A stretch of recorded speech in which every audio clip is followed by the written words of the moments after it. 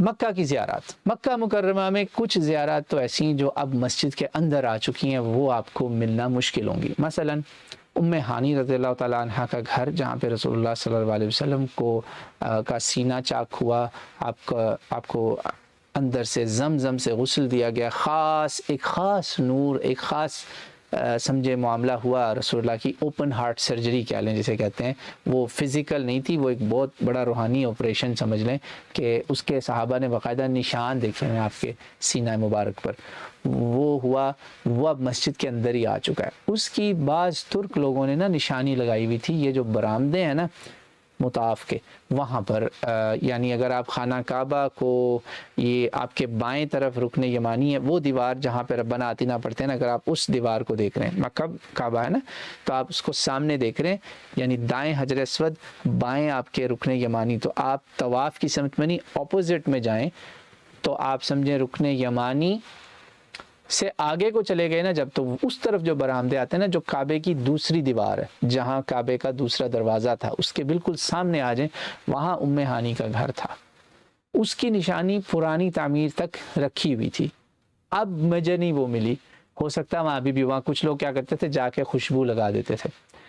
وہ ہے ایک زیارت، وہاں جائیں، درود شریف چلیں پڑھ لیں، آپ درود شریف پڑھ تو کہیں پہ بھی آپ حرم شریف میں پڑھ سکتے ہیں، مگر وہاں اگر آپ نے نفل شروع کر دی جیسا کہ کچھ لوگ کرتے ہیں، تو وہ آپ کو شرطا یا کوئی نہ کوئی آ کے کہے گا کہ حجی ھذا حرام یا ھذا بدعہ، تو آپ کو اس کو رسپیکٹ آنر کرنا چاہیے، کیونکہ اللہ کے نبی نے ایسا کوئی کام نہیں وہاں پہ کیا، وہاں سے معراج ہوا، ایک بہت اعلیٰ ایمان تازہ ہوگا آپ کا، ایک یہ چیز ہے۔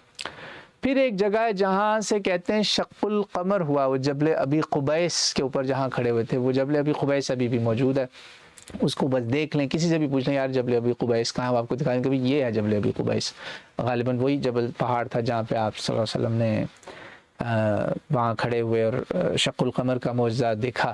کئی صحابہ کرام بھی تھے اس میں، اور کئی سردار بھی تھے، جس سردار نے اس کا انکار کیا وہ سب بدر کے کنویں میں مرے ہوئے پائے گئے، کیونکہ معجزے کا یہ ہوتا ہے کہ نبی کا معجزہ جو دیکھ کے پھر بھی انکار کر دے نا، پھر اس کی پکڑ ہو جاتی ہے۔ تو یہ ہوا، یہ ہوگی تیسری بڑی زیارت جو مسجد حرام سے باہر ہے کہہ لیں، وہ ہے جی ایکچولی تیسری کہہ لیں مسجد کے اندر ایک جگہ ہے مکتبہ، وہ زیارت کوئی خاص نہیں ہے کیونکہ وہ ابھی بنی ہے لائبریری سمجھیں بادشاہ عبداللہ کے زمانے میں، مگر بہت ایک اچھی جگہ ہے، وہ دیکھنی چاہیے۔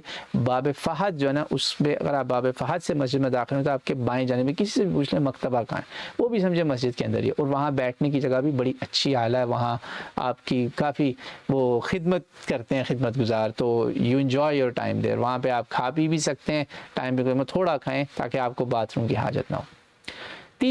چوتھی کہہ لیں یا تیسری بڑی زیارت، کیونکہ اس کو اٹس ناٹ ہسٹوریکل ان اے وے، تو وہ ہے جی بیت رسول اللہ صلی اللہ علیہ وسلم، جہاں رسول اللہ صلی اللہ علیہ وسلم کی ولادت ہوئی، وہ گھر ابھی بھی موجود ہے، ابھی تک میں دیکھ کر آیا ہوں 2022 تک، وہاں پر رسول اللہ صلی اللہ علیہ وسلم کی ولادت ہوئی، اس کو انہوں نے ایک آفس یا لائبریری کا درجہ دیا ہوا ہے، محفوظ ہے، آف کورس بالکل ویسے نہیں ہے جیسے اس دور میں تھا رسول اللہ صلی اللہ علیہ وسلم کے دور میں، مگر وہ مقام تو ہے نا، تو وہاں بھی آپ زیارت کر لیں، خدا را وہاں جا کے نفلیں نہ شروع کر دیجیے گا، یہ کام کسی نے نہیں کیا، نہ رسول اللہ نے کیا، نہ ان کے صحابہ نے کیا، نہ ان کے اہل بیت نے کیا، یار شیعہ سنی سبھی اس بات کو سنیں، کسی کا اس معاملے میں کوئی اختلاف ہی نہیں ہے، آپ پتہ نہیں کہاں سے عبادتیں لے کر آ جاتے ہیں، کوئی وہاں عبادت نہیں ہے، اسی لیے پھر وہ لوگ یہ زیارات بند کر دیتے ہیں ہماری حرکتوں کی وجہ سے۔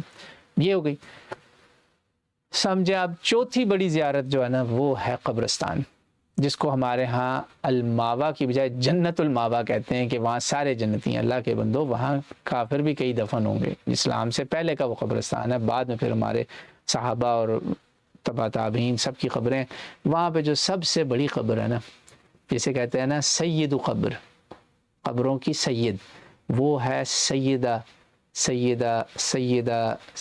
کی ماں سیدہ، یعنی خدیجۃ الکبریٰ الطاہرہ، سیدہ الطاہرہ، ہماری ماں اور جنت کی افضل ترین عورتوں میں سے ایک عورت، فاطمہ کی ماں خدیجہ، اور رسول اللہ کی وہ بیوی جس پر اللہ نے سلام بھیجا ہے، کسی بیوی پر، کسی زوجہ محترمہ پر، ساری ہماری مائیں ہیں، ہمارے سر کے تاج ہیں، ہماری پیدا کرنے والی ماؤں سے بڑھ کے مائیں ہیں، مگر اس ماں پہ سلام اللہ نے بھیجا ہے، اللہ اکبر، ان کے جنت میں گھروں کی بشارتیں بھی بتا دی گئی کہ کس قسم کا گھر ہوگا.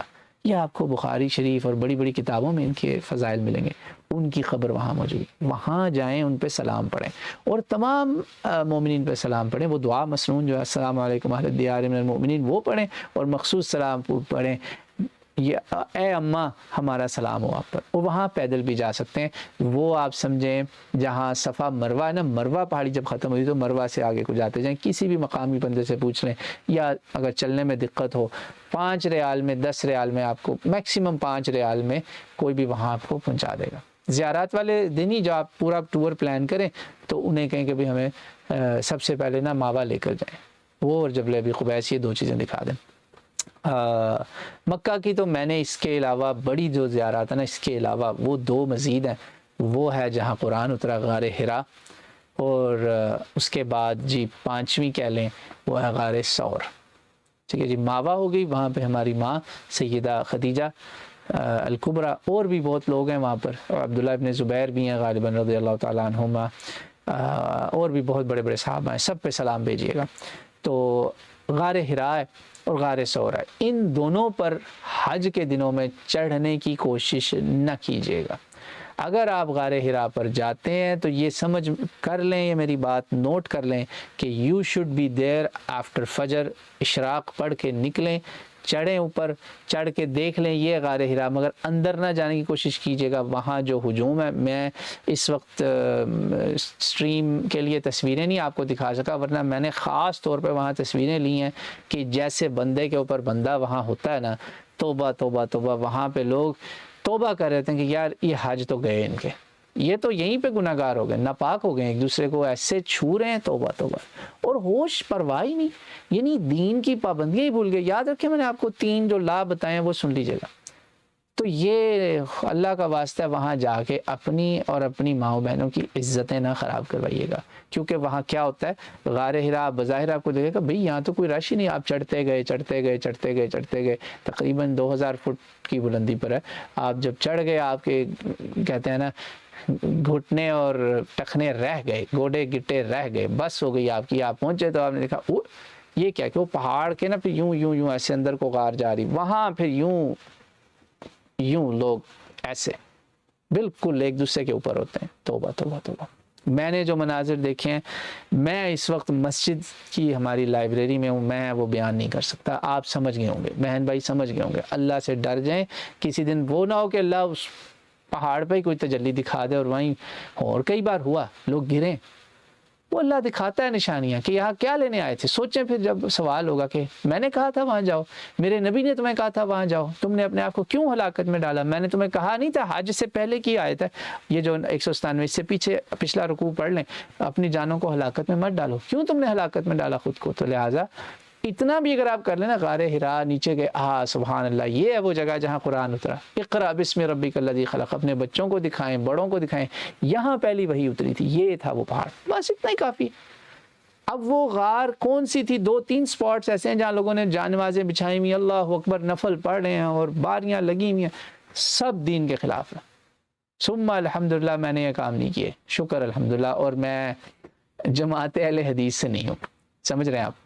تو الحمدللہ ہمیں اللہ نے ایسے استاد ملائے شروع دن سے. اور میں نے پہلے بھی یہ بات بہت بار کہی ہے کہ مسلمانوں کی تقریباً جتنی یہ جو ریکگنائزڈ فقہ ہیں نا, فقہ اور ان کے آگے سب برانچز, ان سب میں آپ کو حق والے لوگ مل جاتے ہیں جو آپ کو یہ باتیں کہیں گے کہ یار یہ کام نہ وہاں کرنا ورنہ حج برباد ہو جائے گا. اب ہے غار ثور, وہ جگہ جہاں سیدنا و امامنا و قدوتنا محمد رسول اللہ صلی اللہ علیہ وسلم نے قیام فرمایا. ہائیڈ آؤٹ تھا وہ آپ کا, دشمنوں کو مطلب وہ ڈیسیو کیا وہاں پہ الحمدللہ, کہ ان کو نہیں پتا تھا کہ آپ یہاں پہ ہیں, حالانکہ وہاں پہنچ بھی گئے پھر وہ, مگر اللہ نے دکھایا کہ یہ میری طاقت ہے کہ میں نے تمہیں بچایا.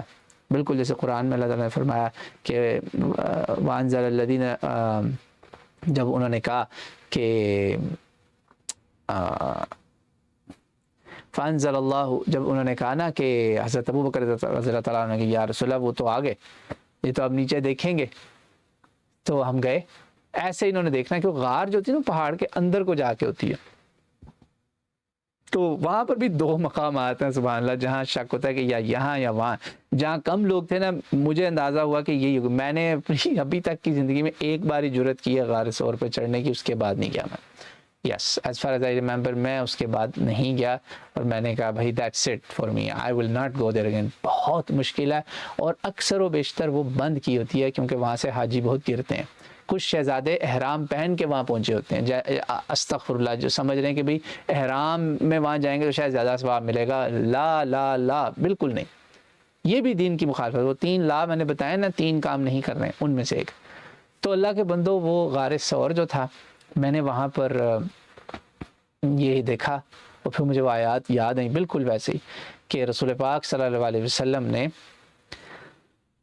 جب ان کو ابو بکر نے کہا نا یہ ہو گیا تو اب تو ہم گئے, تو کہا لا تحزن. اور یقین مانے اس چڑھائی پہ سوچے کفار کتنے آپ کے وشس اینیمیز تھے, کیسے جانی دشمن تھے, جسے کہتے ہیں نا ازلی دشمن کے چھوڑنا نہیں ہے, بس زندہ یا مردہ ہے پکڑنا ہے. کہ وہاں پہنچ کے غار ثور پہ اندازہ کریں, it's a very very difficult climb, اور وہاں پہنچے ہوئے تھے. تو کہا نہیں ابو بکر لا تحزن, یہ قرآن میں لا تحزن ان اللہ معنا یقول لصاحبہ, صاحب کو اپنے بولا, اس لیے ابو بکر صحابی رسول ہے. خدا را کو ان کی صحابیت کا انکار کر کے کفر کے اندر نہ پڑ جائے, نہ یہ نہ کرنا. قرآن میں اذ یقول لصاحبہ, اس نے اپنے صحابی سے کہا لا تحزن ان اللہ معنا, یہ سورہ توبہ بالکل نصف 10 میں سے پارے کا, کہ نہ غم کرو, نہ پریشان ہو, نہ گھبراؤ, اللہ ہمارے ساتھ ہے. پھر اللہ نے کیا کیا, اتنا اللہ خوش ہوا, کہا میرے پیارے نے, میرے خلیل نے یہ کہا ان اللہ معنا, تو اب دیکھو پھر کیا ہوتا ہے. اللہ تعالیٰ نے سکینہ اتارا اور فوجیں بھیجی, جنود لم تروها, جو نظر نہیں آ رہی تھی کسی کو. وجعل كلمة الذين كفروا السفلى فانزل الله سكينته عليه وأيده بجنود لم تروها وجعل كلمة الذين كفروا السفلى وكلمة الله هي العليا والله عزيز حكيم. ایک مسلمان کنٹری کی پارلیمنٹ میں وكلمة الله هي العليا یہ لکھا ہوا ہے. انہوں نے لکھا ہوا ہے جو ابو بکر کو نعوذ باللہ الٹا سیدھا بولتے ہیں. بتائیں ذرا, اسی آیت کا آخری حصہ لکھا ہوا ہے, کچھ وہ بھی خیال کریں. سمجھ آئے میری بات. تو اللہ تعالیٰ نے کہا میں نے کافروں کو جھکا دیا, نیچے کر دیا آج اس کے بعد سے, یعنی فتح ہی ہو گئی سمجھے. اور ایسی نصرت آئی کہ سبحان اللہ, اور اللہ کا کلمہ ہمیشہ کے لیے بلند ہو گیا, اور اللہ طاقتور ہے اور حکمت والا ہے. اب مسلمانوں نے یہاں بھی ایک بدبختی دکھائی کہ جھوٹ گھڑ دیا کہ وہاں فاختہ تھی, اس نے انڈے دیے ہوئے تھے, یہاں مکڑی کا جالا تھا, اور جناب اس نے جناب سب کو بچا لیا. اور وہ کہا او یہاں تو مکڑی ہے, یہ میسج مووی میں بیڑا کر ہوا, وہاں یہ کہانی اور پکی ہوگی لوگوں کے دل و دماغ میں. یہ جھوٹ کا پلندہ ہے یہ کہانی. اور اس کہانی کا نقصان یہ ہوا کہ لوگوں نے مکڑی جیسے زہریلے جانور کو مارنا چھوڑ دیا کہ بھئی اس نے رسول اللہ کی حفاظت کی تو ہم اس کو کیوں ماریں. لا حول ولا قوت الا باللہ. بھئی یہ مکڑیاں آپ ذرا آئیں یہاں دیکھیں, اور کئی دنیا کے ملکوں میں کئی مکڑیاں اتنی زہریلی ہیں کہ وہ بندے قتل کر دیتی ہیں, مار دیتی ہیں. یہاں جیسے ایریزونا اور اس طرح کی کچھ اسٹیٹس میں بڑی زہریلی اسپائڈرز ہیں, بڑا خطرہ رہتا ہے لوگوں کو ان اسپائڈر سے. ہمارے گھروں میں بھی نکلتی ہیں, مشیگن اسٹیٹ میں بھی, کولڈ ایریاز میں بھی ہیں. کوئی ایسی چیز نہیں ہے دین میں, یہ سب جھوٹ ہے. قرآن میں دیکھیں کیا ہے, سکینہ, فوجیں اللہ کی نصرت, مدد. اور انہوں نے ادھر کیا رکھ دیا, فاختہ اور اس کے انڈے اور اسپائڈر ویب. بتائیں ذرا, مکڑی کا جالا.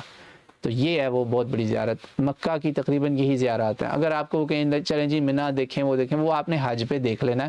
جو حج پہ نہیں ہے, جو عمرے والے ہیں, صرف عمرے والے بھی دیکھیں گے, وہ چلیں منا دیکھ آئیں, اور عرفہ بھی دیکھ آئیں, مزدلفہ, بس گزرتے ہوئے دیکھتے جائیں اور کہیں یا اللہ ہمیں یہاں بلانا, ہمیں حاضری کی توفیق دینا.